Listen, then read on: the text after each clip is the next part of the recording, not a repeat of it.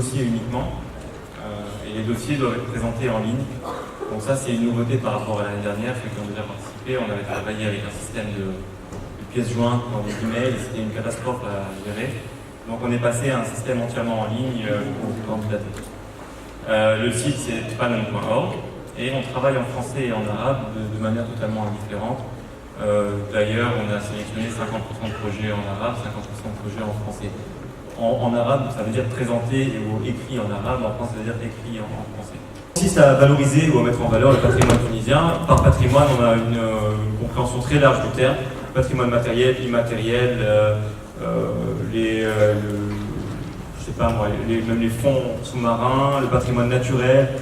Donc il y a une liste en fait de termes qu'on associe au patrimoine qui sont dans les lignes directrices. Je vous encourage à les lire. Pour les projets, le montant des projets attendus, donc sur le premier fonds, celui qui consiste à financer les activités culturelles de proximité, les projets attendus sont de 20 000 à 50 000 euros. Pour le fonds d'appui à la création, comme je l'ai dit, il s'agit d'un fonds qui consiste à financer des projets ambitieux de grande taille, donc on parle de 70 000 à 100 000 euros.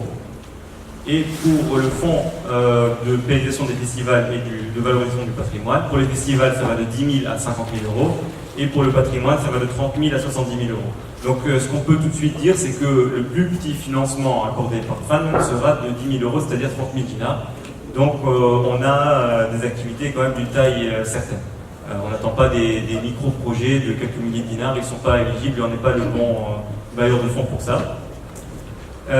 Donc qui peut déposer un dossier? On distingue deux cas. Le cas du demandeur, qui est l'organisation signataire du contrat avec nous qui recevra les fonds sur son compte. Le demandeur doit être soit une association tunisienne, soit une société. Ça, c'est une nouveauté par rapport à l'appel de février. Je ne sais pas pour ceux qui avaient déjà assisté au suivi. Une société, donc une entreprise privée, à condition qu'elle soit à vocation culturelle.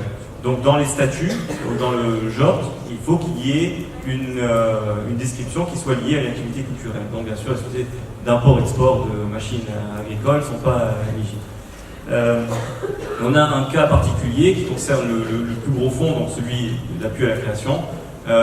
Les EPNA sont éligibles, c'est-à-dire un certain type d'organismes publics qui ont une autonomie financière. Par exemple, le CCIH ou le CMAM sont des EPNA. Donc le deuxième statut, c'est celui de partenaire. Donc c'est une organisation ou un individu qui est associé au projet de manière formelle. Et là, le partenaire peut être de toute nature.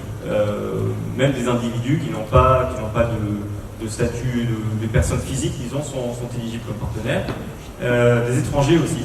Donc un partenariat avec une association chinoise est possible. Les dates clés, donc on a publié les appels le 2 octobre, lundi dernier. La première deadline, c'est le 3 novembre. Ça concerne le premier fonds. Donc on attend les dossiers avant le 3 novembre.